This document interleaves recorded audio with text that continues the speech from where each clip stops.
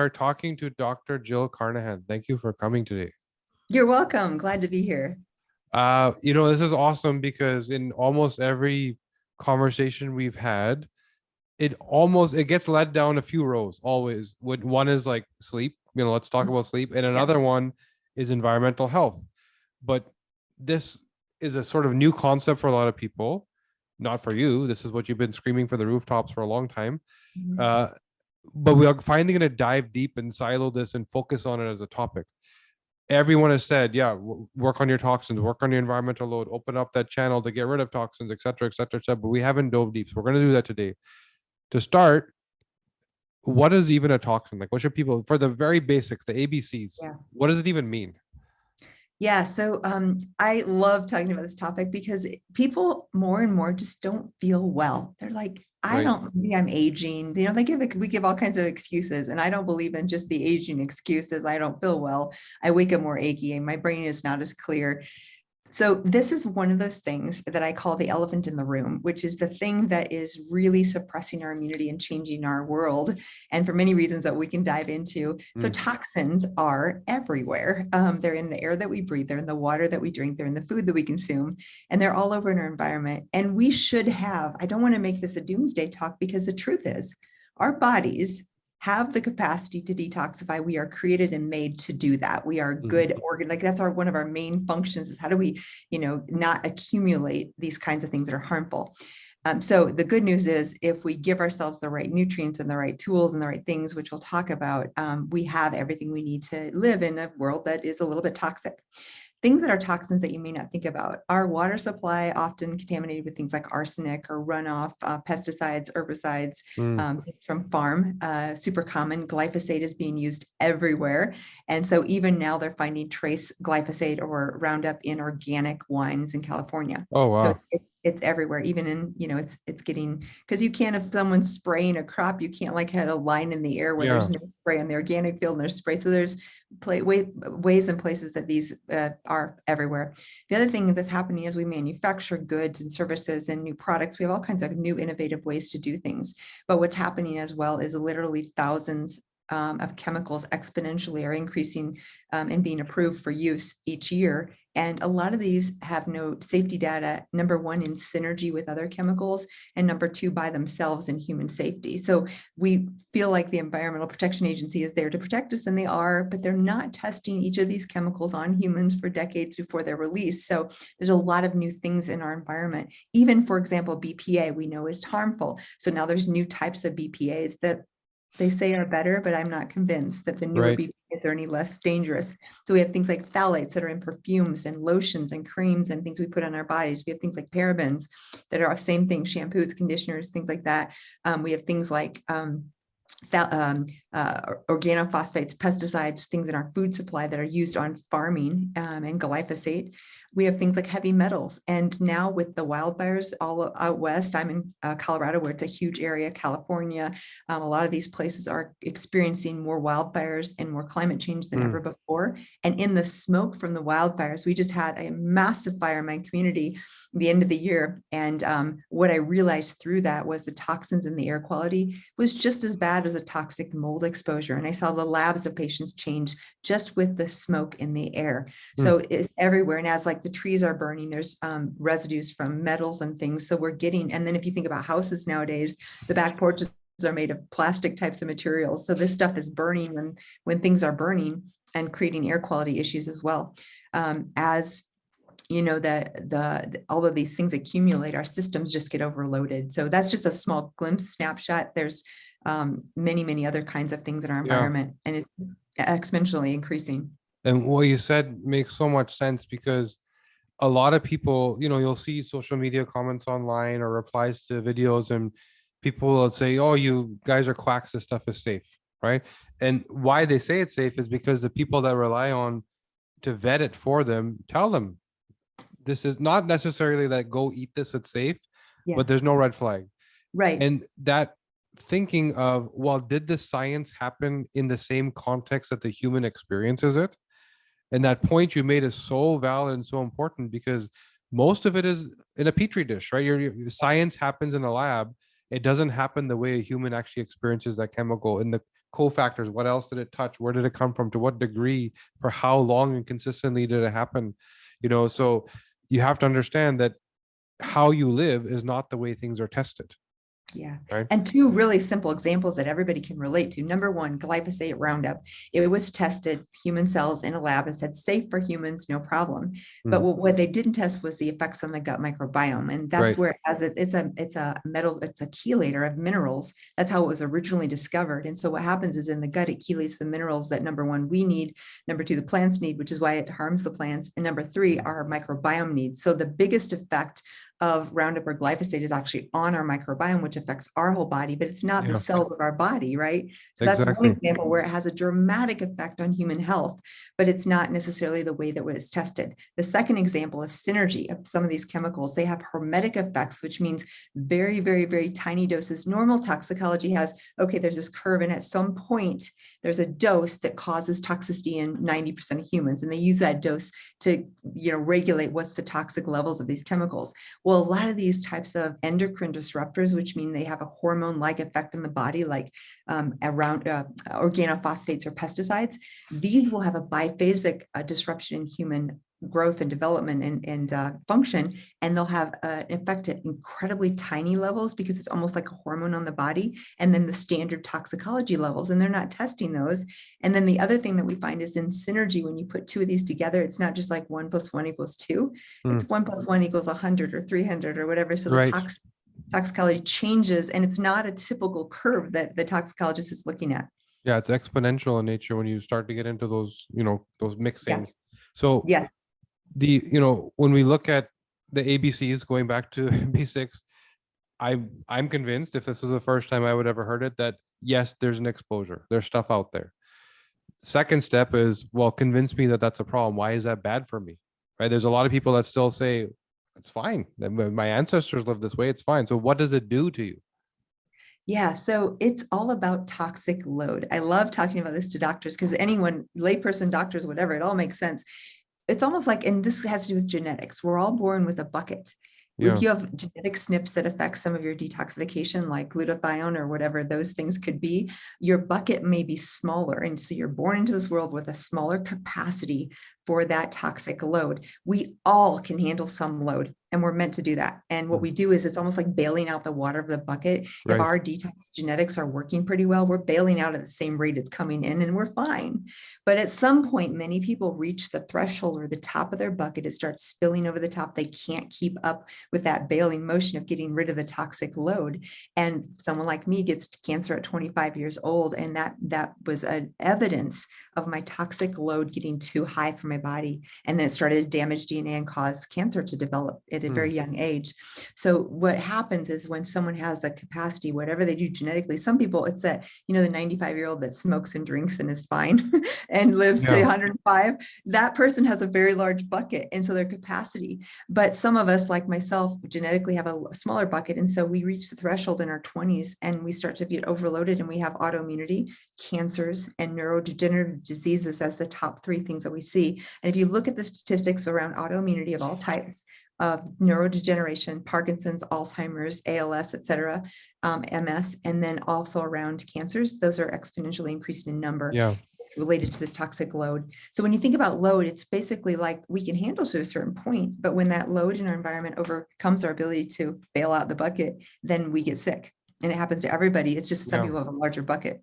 And that's the challenge, is you get this one size fits all approach. Like, grandma smoked till she's 90. I don't believe you, right? It's fine. In fact, that was her treatment. She would say, I have a sore throat, give me a cigarette. Yes. Or whiskey, right? Or whiskey, yeah. So and I can understand why that would lead people down the path of like, this doesn't make sense, but you're often ignoring the bottom 20 or 30%, and you don't want to be in that bucket. And guess what? For the middle, which is the bulk of us, that person that has those amazing genes that can drink paint and pee it out and just, no problem. We've seen it in our data. It's far, and like it's maybe I think certain GST genes, it's like less than 5%. The GSTM1, which is more around the gut, I think like something like 80% of people are off. and aren't doing well. A very Mhm. tiny fraction, less than 9% Yeah, actually do that properly, right? So yes, you're going to hear stories about people that have no problem, but you're more likely in the 81 or 91% yeah. than the 9%. So what then actually happens to the body? Say you're this person who has the small bucket, who is going to express some kind of problem. What does the toxin actually do to cause damage? You got it. Yeah. And I also want to mention real quickly, one thing I think about that makes it super simple, and I might have mentioned it earlier, is clean air, clean water, clean food. It comes down to Right. really simple things. And we can go do a 21-day detox or go to Switzerland to the clinic and do a liver gall. We can do these really intense detox things. But the truth is, and this is great for your listeners because you don't need a functional expert. You don't need to go to a doctor. You can start with basics and choose to put clean things in, drink clean water, eat clean food, breathe clean air. And those things don't have to cost a lot. And they can be very simple inputs that can prevent that toxic load from accumulating. So you can do things, and we'll talk about each of those categories and what you can Sure. do. But your original question was more like, how might we know? How might we know that we're exposed? Right. So this is where a lot of the toxicity symptoms, and then what does our body do? I'll talk about both those things. The first thing is, how would we know? Basically, the symptoms of toxicity can be very vague. And so this is where, like I mentioned before, someone might just think, oh, I'm getting older. They wake up in the morning, they're more achy or they're stiff. So pain in general is accentuated by toxicity.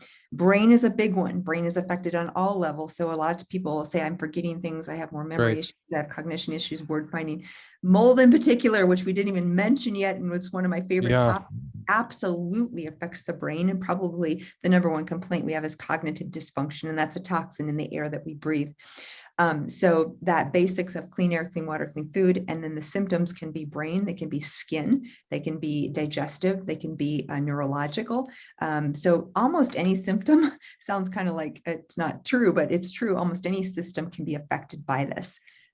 You could be more prone to get sick. You could be more cognitively impaired. You could be more rashy or hives or issues with the skin. A lot of times the skin is one of the detox organs. So we will manifest toxicity with Mm. acne, breakouts, rashes, mast cell activation, which is another whole hot topic, where the mast cells that cause release of histamine and other chemical mediators can be activated and cause symptoms all over the body.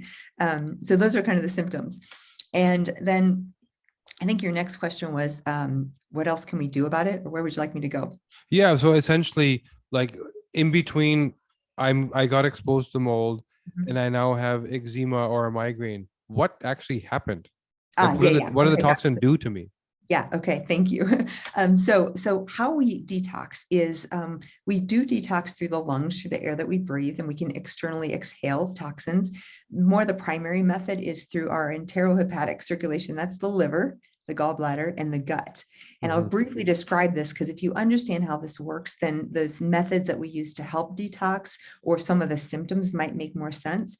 So basically, we have toxic exposures. Some of them are water soluble, and they can go in through our body, into the blood, filter through the kidneys, and then out through the urine. Those are fairly easy to deal with, and the kidneys help us in that case, and the urine is the way that we excrete them. Other toxins are fat soluble. These are a little more tricky because we maybe inhale them or get them in our body through exposure to the skin, or even eating them, and then they can go into our fat tissues and be stored. This is where we need to actually get them out of storage into the bloodstream. Bloodstream is filtered by it's like the car, the filter in the car is a liver. Mm. And that filter of the car basically takes those toxins, transforms them into an intermediate through phase one of the liver. And then that intermediate is actually more toxic than the original. So you don't want to stay there. Phase two then takes that intermediate into a water soluble toxin that's now been changed in form and releases it into the bile. The bile is stored in the gallbladder, but then the bile goes out, drip, drip, drip through the gallbladder into the small bowel, and the small bowel should excrete it in the stool, but we're really good at recirculating and basically recycling the bile. So about 95% is the effectiveness of our bile recycling. So we often use things that have a charge that will have to actually pull out the toxins through our Mm. stool. That's why we use like clay and charcoal and Right. zeolite and some of the binders, because they have a little bit of a charge and they'll grab onto the toxins in the bile and they'll have escort them out permanently through the stool and the body through the gut. So that liver phase one, phase two, into the bile, into the gut, through the stool is a really prime way of detoxifying some of the fat soluble toxins that get into our tissues. But we still have to have, before we get to the liver and the bloodstream, we have to have a way to kind of release them from the tissues. And that's where things like dry brushing, infrared sauna, PEMF mats, sweating, all of those kinds of things are super helpful at starting to get the body to release that load of toxins in the tissues. That's really cool. And PEMF, so what's going on there? Because what I understand is you're sending electrical currents into your system. So how would that help with toxicity? Yeah, so I'm a huge fan of that and all these other things I mentioned. So any way that you can energetically stimulate the enzymes of your cells to work better, you're going to Right. get all of these functions better processing. So one thing like my PMF mat has infrared and a little bit of heat. So you're getting a little bit of sweat with that. But even that electrical stimulation, just like one of the mat settings is the Schumann frequency, which is the frequency of the Earth's surface. So you Oh, could cool. technically, that's why we feel better if we go on vacation to the beach and we walk barefoot on the Right. sand. We're literally connecting to the Earth's magnetic frequency. It's like natural PEMF. Right. And one of the reasons why we love vacations, because if we are on the coast, on the beach, walking barefoot, we usually feel better because we're Yeah. naturally getting that energetic from the Earth's surface. But of course, we can make it happen with our mats. But those will actually stimulate and they're going to stimulate mitochondria too, because mitochondria are really related to energy. Mitochondria are going to be the main powerhouses that power each cell, and each cell is going through the process of detoxing as well. So that would be the So, way that. so lying on the sand is literally a form of cellular rejuvenation. Absolutely. Yeah. And that's why people feel better camping or on the Yeah. ground. Like if you go out in nature and you actually are connected to the earth, a lot of people are like, I feel better because, That's awesome. Mhm. It's awesome. And intuitively, people know that when you Yeah, feel something, something's happening, right? Yeah, there's some pleasure in being away from work, but yeah, that lasts so long. When you truly feel rejuvenated, maybe something happened, right? So, so going back to what you said about the three key inputs, it's what you breathe, what you eat, you know, uh, water. what in water. When I think about eating, to me that becomes complex. And I'll give you an example with myself. Sure. So there was a drink that I really enjoyed that was a carbonated drink that had stevia in it. So I kind of felt guilt free, right? There was very little in it. It was carbonated water, stevia, and a natural flavor, right? I drank it for 3, 4 days in a row and I started getting headaches. Yeah. And I thought, what did I change? And the only thing I could see was this. So I Mhm. stopped drinking it and the headaches went away. So I looked up natural flavors Yes. and I found a natural flavor is derived from a plant or an animal. So it's natural. So I said, what's wrong with that? Then I found in order to process it and get it into that drink required 75 chemicals. Wow. Yeah. And Yeah. it's usually up to 100. It's 75 to 100. But none of those are required to be listed because they're not ingredients. Those are processing chemicals to take that thing extracted from the plant, get it ready, put it into the chemical, put it into the food, whatever. So how does somebody know what's clean? Like when you go buy a bag of organic quinoa chips and you feel Yeah. all great about Yeah. yourself, it was still processed on a heavy metal machine that's clean with sprays every couple of days. Where do you start? So this is such a great question because it can be totally overwhelming. And you just put a perfect example as far as like, okay, I'm trying to do this good thing. Yeah, And patients nowadays are so confused because they hear keto, they hear paleo, right. they hear vegetarian, they hear everything in between. And they're like, what am I supposed to do? And here's an interesting thing that I'm sure a lot of listeners will relate to. Dilution is the solution to pollution. What that Wow. means is our bodies, if they're polluted, they're going to dilute and gain weight.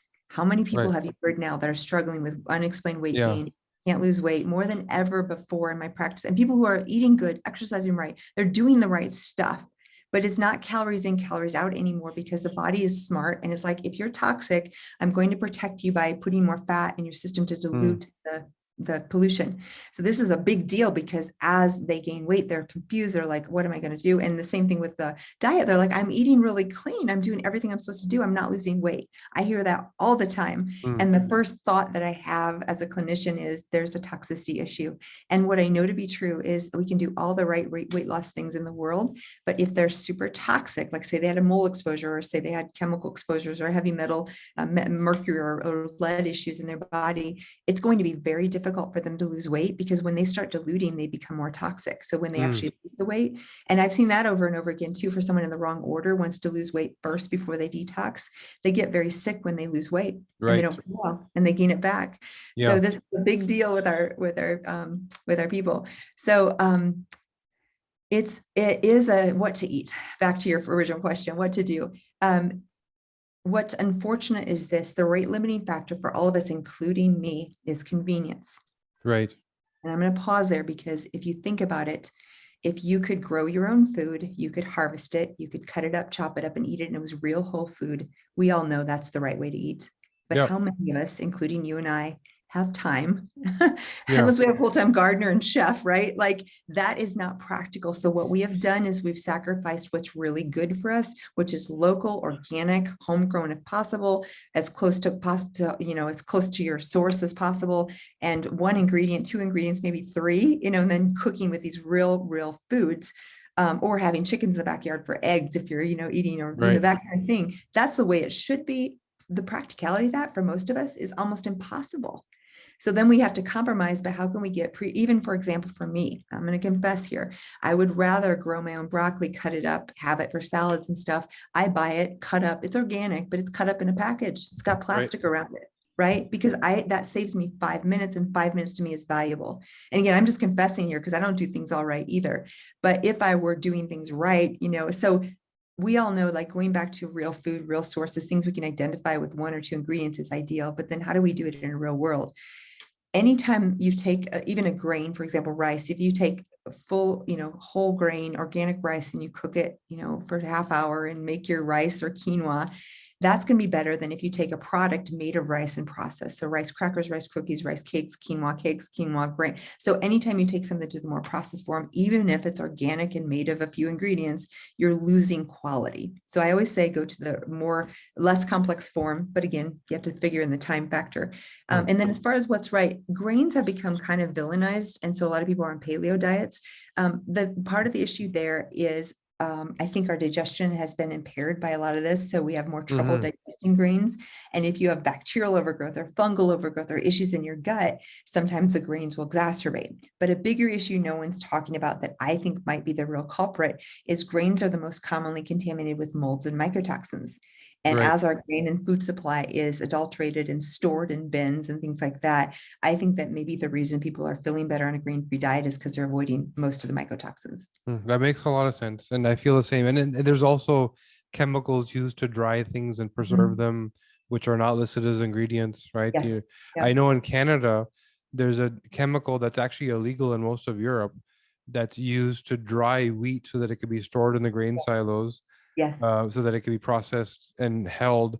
And it's a pure toxin. I don't know how else to describe it, and that's why it's literally illegal in other countries.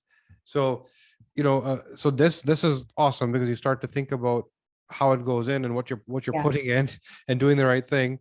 Um, Going back to the water, which is two of three things. What does Yeah. clean water mean? How do I know what I'm doing the right thing there? Well, we trust our cities and municipalities to test and treat, and that we should be getting clean water. Granted, that hopefully is the case in many cities, but there are still quality issues of water, even in our city and municipal water supply. So I recommend patients test their water. And I think we should all have good water filters either in our fridge. Not just the fridge filters can be great, but often the freestanding pitchers are things that you can buy. I have a Berkey water filter. You can get reverse osmosis for a whole house and under your sink.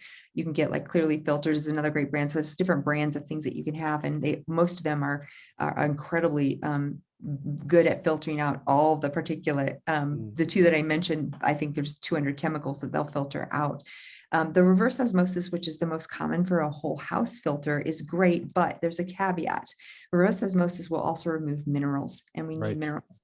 And minerals create a more alkaline product, which is why I do recommend we drink, like I'm right here, have a glass of San Pellegrino, Yeah. which is just any good European mineral water, because it has the rich minerals from the rock, Right. and that actually alkalinizes our body. When we're more alkaline, we do better detox. So just Mm, by drinking mineral water, still or sparkling, we're going to help our detox between meals.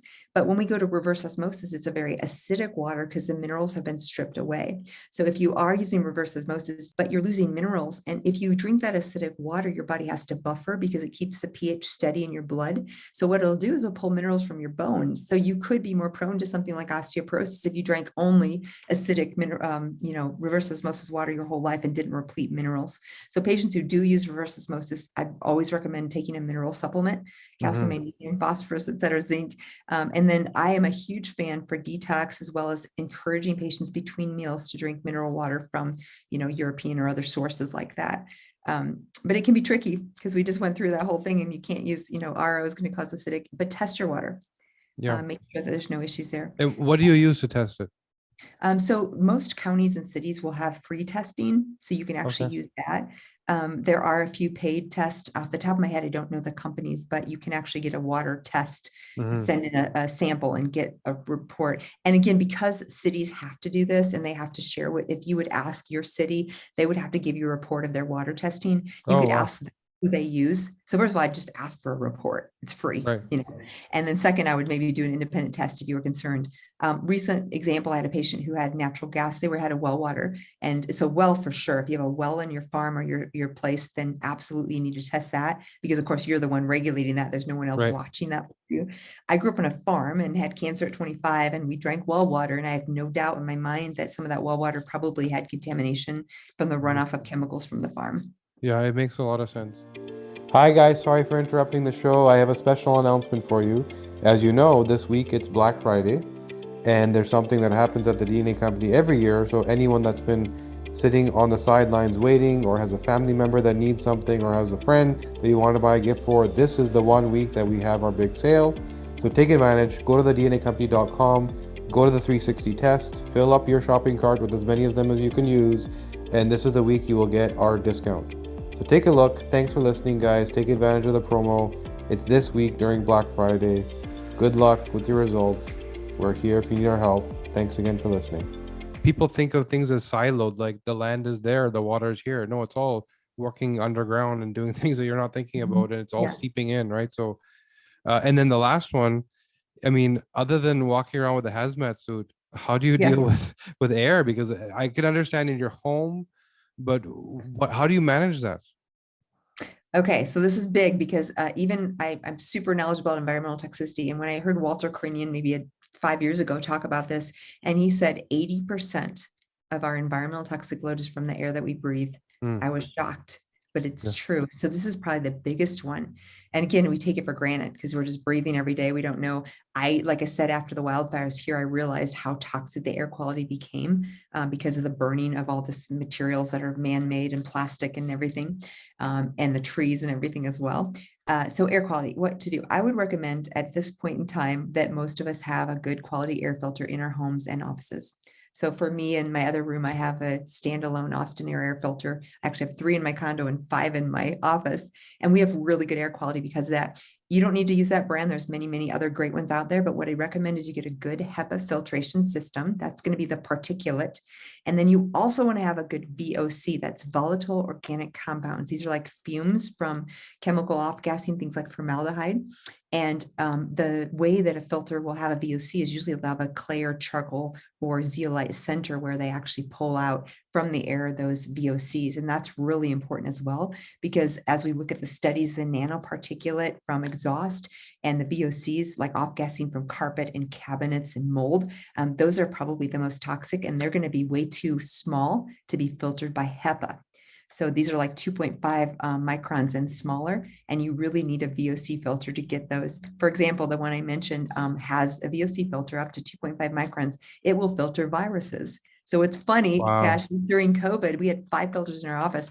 Our office worked the whole time. We all remained well the first 2 years. And part of it, I think, was our air quality. Yeah, that makes a lot of sense. There was a lot of companies out there that dealt with sort of industrial air cleaning, for Yeah. example, food processing facilities. Mhm. Yeah. And they did studies saying that, wait a second, when we put this in a certain environment, you can't find viruses. That's literally, they proved it. Yeah. This didn't get out into the mainstream, but there's plenty of papers. I know the University at Florida, I believe, Mhm. published something with one of these companies. Yeah. So going back to what you were saying earlier about, telling us some of the ways you may feel. Here's some of the warning signs. Yeah. So I get that. Now all of a sudden, if there's, all the question marks, migraine, skin, Mhm. why is this happening? How does someone then know which Yeah. environmental insult is causing that? Got it. And one thing I want to mention too, that's real important that I ask in my histories is, have you gone on vacation recently and felt better? Now we have those things like walking barefoot that help too, but environment is going to change with our location. So often if you're questioning, okay, could this be my house or my office or the outdoor air because there was fires or something in my location? If you change locations, so for example, say someone moved to Denver 5 years ago and their whole family's having health issues now ever since they moved, there could be multiple reasons, but if it's their whole family in the same house in a new environment, there's a high likelihood that in that house, there could be something like mold or natural gas or Mhm. maybe fracking that's affecting the water, which we didn't even talk about. So some of these things that could affect their environment. So one clue that it's environmental is if you feel different in different environments. And granted, Mhm. there's things like altitude, there's things like air quality, there's things like water. So there's more than one input, but that is a big clue. I had a patient who had, mold in her house. She went camping outside for 10 days and all of her symptoms resolved. So we knew there was an issue with that environment. We didn't know what, but we knew there was an issue with her home. So that's one thing real important, because if you change environments and you feel better, there's something going on in your environment. Or if all of your family's sick ever since you went to a new home, there's something going on in that environment. Yeah. So that's the first thing. And then, like you said, it can affect any system, any kind of thing. Right. Cognitive's big, skin's big, all of that. What to do about it? Is that our next? Yeah. Okay, I But keep for going up on sure. tangents because I get excited and then I'm like, okay, Yeah. pull me back in and tell me where we're going. So first of all, find out if there's an issue and ways you can do that. You Mold is a big one, and I'm just going to talk a little bit about that because For sure. Yeah. it's kind of a prototype for a lot of the other toxins. So say, for example, you had a little water leak from your dishwasher or under your sink and you thought, no big deal, you dried it up. But over the next 2 years, there was mold behind the walls you couldn't see Mm. because that wood particle board got damaged. Most of the time, if I would just say, do you have mold in your home? 99% of people are like, no, there's no mold because it's not visible. Yeah. And we don't think about that. But most of the time, if it is in your home or environment, it's hidden, it's behind a wall, it's under a sink, it's under floors. And it can still be a big issue because it's constantly this living, growing organism that's putting off these volatile organic compounds that are so toxic to humans. And we can get sick from that, even if it's hidden and we can't see it. So Mm. that's the first thing. Second thing is you want to think about, have I had any water damage, water intrusions? Is the attic sealed? How's the crawl space? Have the windows been leaking?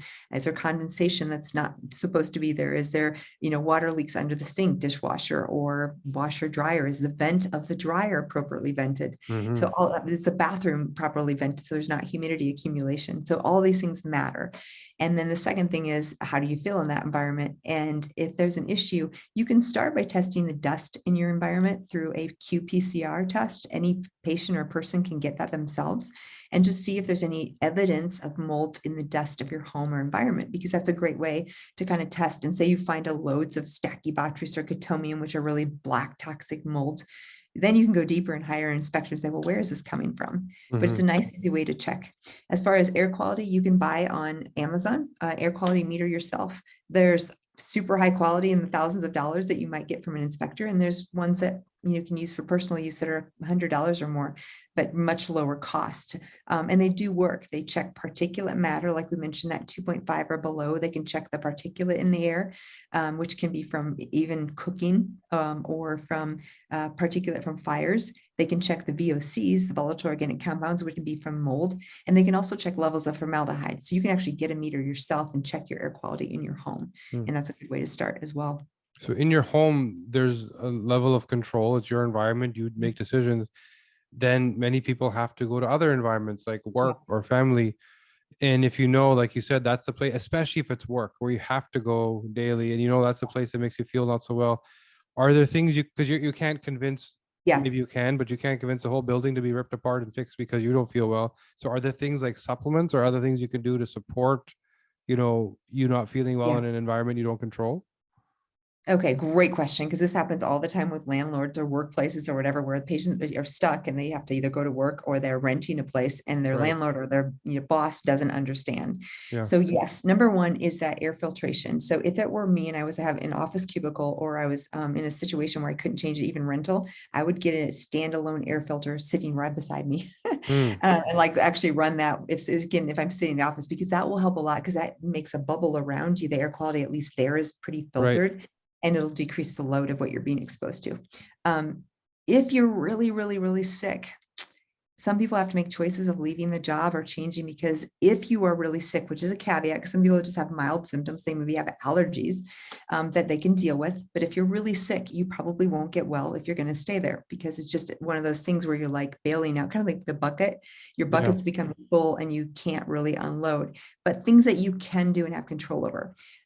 For example, I travel a lot and I'm still mold sensitive, but hotels all the time are moldy. Yeah. So I take charcoal with me everywhere I go. It's in my travel bag right here. And literally, if I feel funny or feel a mold exposure, I will take charcoal. It helps me almost immediately. It's incredibly effective, incredibly cheap. Just plain old activated charcoal you can get at your local drugstore. Right.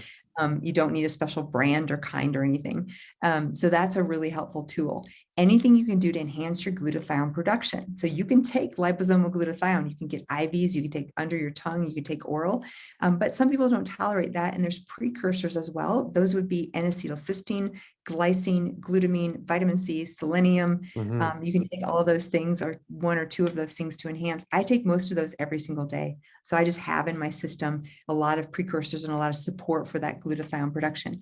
In the situation where your lungs are affected, or someone maybe has asthma, or they have an irritation, chemical irritant to the lungs, you can actually nebulize. This would be a prescription from your doctor. You don't want to use over the counter because it needs to be sterile, but you can get glutathione or NAC to nebulize in a nebulizer as well. So you're Mm. breathing it in. And that's a great, if people have primarily lung symptoms, I will give them nebulized glutathione or NAC, and it's incredibly effective. Even post-COVID, I would give people that because it Hmm. really helped clear up the lungs and the inflammation there. Hmm. Yeah. Well, you make me think of, people when they finally agree to get to work, meaning, yeah, this is something I need to focus on and fix. You think of that in the context of your home. That's where your brain goes, right? Yeah. And people will do all that work, go to work, and really never put two and two together and think, because they don't think of it as an environment they control. So they never even start to think about what they can change. And it Yeah. reminds me of, so I'm in Toronto, Mhm. not far from Toronto, there's a city that is considered the cancer capital of Canada, right? It is also the steel manufacturing capital of Canada. So the industry that city is built on is people working in these steel manufacturing factories, breathing in toxic chemicals from the processing of metals all day long. And it's the cancer capital. But if you Yeah. look at, go to their homes, things are clean and organic and nice. And then the exposure maybe isn't at home. And it's just, even just the cognition and bringing that forward and even thinking about it, it's hard to even get there for some people. It really is. And I love that you say that, because these are not easy solutions. Like, that's why Yeah. this topic can be very depressing. Like, okay, I give up, right? Because it's environment, nothing I can do. And for example, with the wildfires, I talked to some experts right after the wildfires. We could all tell literally the outdoor air was worse than indoor. It was horrendous. I would get headaches and not feel well because there was so much soot and chemical from those fires in our air for Mm. the couple weeks after. And I literally talked to some experts and they said, okay, go get an N95 respirator, which is one of those that has charcoal. I'm sorry, not N95, N100. And it literally is the kind that Yeah. has A the doomsday paint. mask. Exactly. And Yeah. you wear that around along with, like, she recommended I wear that out in public when I'm walking my dog. I'm like, oh, not going to do that, even though, and granted, it's a great recommendation, but it's so extreme to go to those levels, right? That it's like, okay, we're weird. There's something wrong here. And we're not. It's just like protecting our bodies. It makes sense. But that level of protecting yourself can sometimes be really inconvenient or feel really strange. And if I really had wanted to protect myself, I should be wearing that N100 mask around outside while, 3 weeks after the fire. Yeah. What people think is a real big priority. That's a Yeah. problem, right? Mhm. Yeah, And, yeah, it is. what are they going to think? How is it going to make me look versus how am I going to feel? And what am I slowly doing to myself over time? So, yeah, it starts at awareness and understanding that it's even something to look at. And then it starts with, habits at home and habits at work, and Mhm. understanding it's the day is 24 hours, not just when you're sitting in your bed, right? Yeah. So Speaking of, that's one little thing I want to mention too. If you have to, all of these things, whether it's buying organic or shopping local or we have to make choices because none of us can do it all perfectly. And that's okay. Doesn't mean you're going to be fine if you don't. But you mentioned something, the sleep. We spend 8 hours or sometimes 7 in our bed, in our right. bedrooms. So if you have a choice of where to focus and you can't do everything, that's where I would focus is the air quality in your bedroom and your bedroom sanctuary. Like if you had to make a choice, that's where I'd put the air filter. That's where I'd focus on, Mm, those kinds of things because you're spending a lot of time there. And during the night is when our immune systems regenerate and do most of their work. It's when our liver does most of the work. It's when we, a lot of the things that happen in our brain through the lymphatic system, which is a detox of our brain. It all mhm. happens overnight. So if you have to focus on something, think about your sleep and where you sleep and the quality of air when you sleep and those kinds of things in the bedroom would be great. That makes so much sense because you've just taken literally 30% of your day and dealt with Mhm. it. And it's a time, like you said, it's isolated. You're in a room and you're Mhm. detoxing anyway, and you can Yeah. support that process. So how often do you have to get into things like people's mattress or Mhm. blankets or things like fire retardants, memory foam? How important are these things? Yeah, so a couple little areas, furniture, the sad thing is almost everything legally has flame retardants on it. I think Mm, California is the most progressive state. So a lot of times manufacturers in California or sales in California, they'll actually list a lot more clearly what the harmful chemicals are in a product. Whereas like here in Colorado, we may not have the same disclosures because we don't have the same legal protection, in place. So you can sometimes see in the state of California, this thing is considered a carcinogen where you wouldn't see it in other states. And that can be important. Mattresses, furniture very commonly contain flame retardants. So again, if you're spending a lot of time, especially a mattress, you want an organic one that does not contain flame retardants. And the granted, it'd be great to have all organic cotton sheets and stuff because then yeah. you don't have those chemicals. We do absorb a lot through our skin. So women and men, bath and beauty products are a huge source of toxins. Young women Mm, makeup is a lot of, they often would have heavy metals or parabens or phthalates or those kinds of things in there. I remember when I got cancer at 25, one of the things was, why did I get cancer at 25? And I went through all of my bath and body and cleaning products over a year or two and really started understanding how much was in the things that I was using. A great resource that's free and nonprofit is Environmental Working Group. They have a database on chemicals in different products, especially hair, beauty, makeup. So if anyone's wanting to look up their product and see if it's safe, that's a great resource. You can go there. It's free and you could look that up. that's awesome. And something you just touched on there, I mean, we could spend an hour just on this, but in general, everything we've been talking about applies to everybody. But then when you look at women, there's a whole other threat when you have environmental toxins interrupting your hormone cascade, Yes. which yes, it for sure it also has a problem for men, but the impact is just so much more aggressive, severe, obvious when it comes to women. Mhm. How much of that do you see in terms of hormone disruption because somebody's already environmentally sick? Massive, massive, massive. And again, my cancer was breast cancer, which is a hormone Right. related cancer at 25. So it was absolutely part of my story. One thing I found, you mentioned chemicals that were banned elsewhere and not in Canada. There's one that is still used in the US called atrazine. And this was made famous by Silent Spring, that movie and book about Okay. how a lot of the runoff of waters was causing changes in the frogs. And they were all of a sudden not being able to recreate because or produce any frog babies because they didn't have the right genitalia. And that was all from the atrazine runoff. So it was a massive endocrine disruptor. It Hmm. was banned around the time I got cancer 20 years ago in the EU and the European Union. It's still used today frequently in the US. And the area I grew Wow. up in, the farm area, is one of the highest concentrations in the entire United States. So to go talk about endocrine disruptors, there's no doubt in my mind that there was probably some atrazine exposure to me and probably in the water supply and the well water and had a hormone-like effect. And what that does, a hormetic endocrine disruptors, all this means is these chemicals act on our body like a hormone would. So it confuses the body and starts to stimulate or do something that a hormone would in excessive levels. And women could have endometriosis, PCOS, uterine fibroids, dysmenorrhea, which is irregular, painful cycles. They could have infertility, is a big one for both men and women, and Hmm. cancers like breast and prostate. Those are all things that are becoming more common because of the endocrine disruption. Yeah, and this is why we say that it's a red flag for women, Mhm. because women have to deal with estrogen toxicity, which men really, yes, also existent for men, but the amounts are trace, so it's not really a big deal. But there's a whole other health concern women have to deal with. So if you already are estrogen toxic, which so many women are, and then you're adding a whole other layer of really estrogen, because that's what your body treats it as, hormone, Yeah. then you're fueling that fire in a big way. And you wonder why so many more women have breast cancer, issue, ovarian cancers, all these Yeah. estrogen toxicity problems.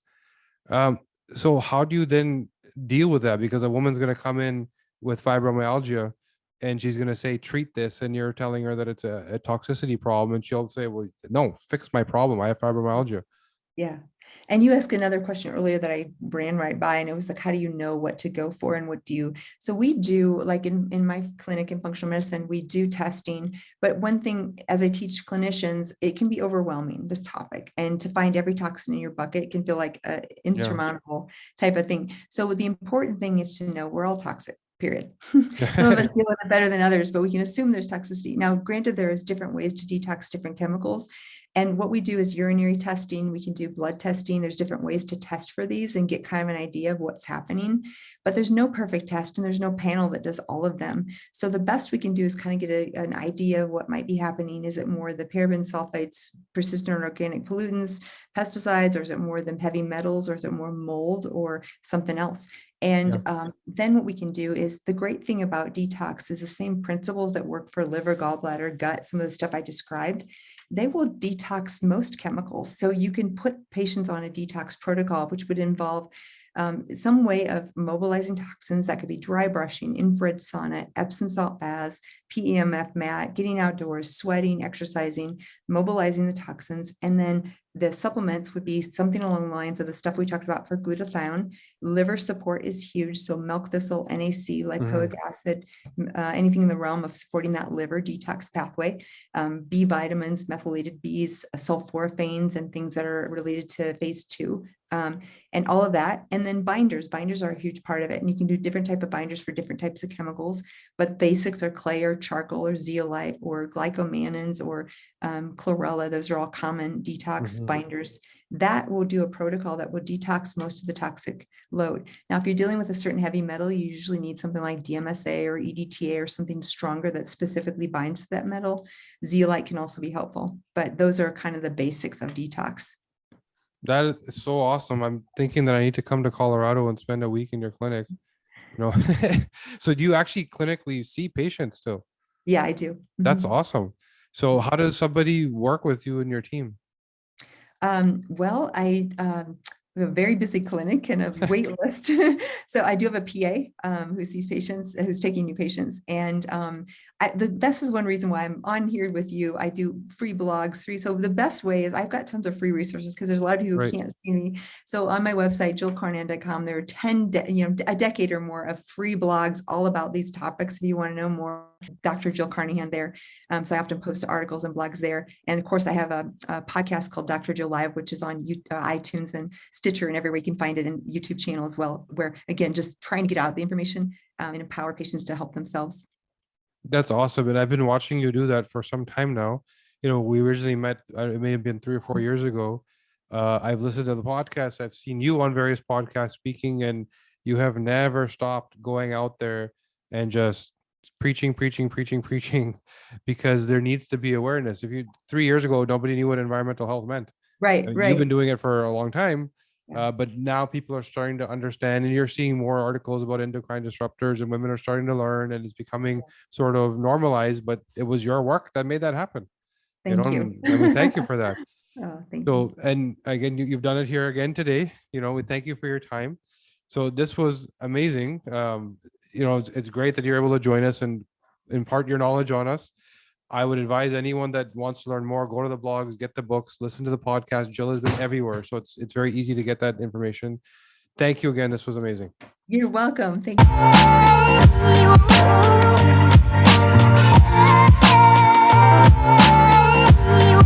you.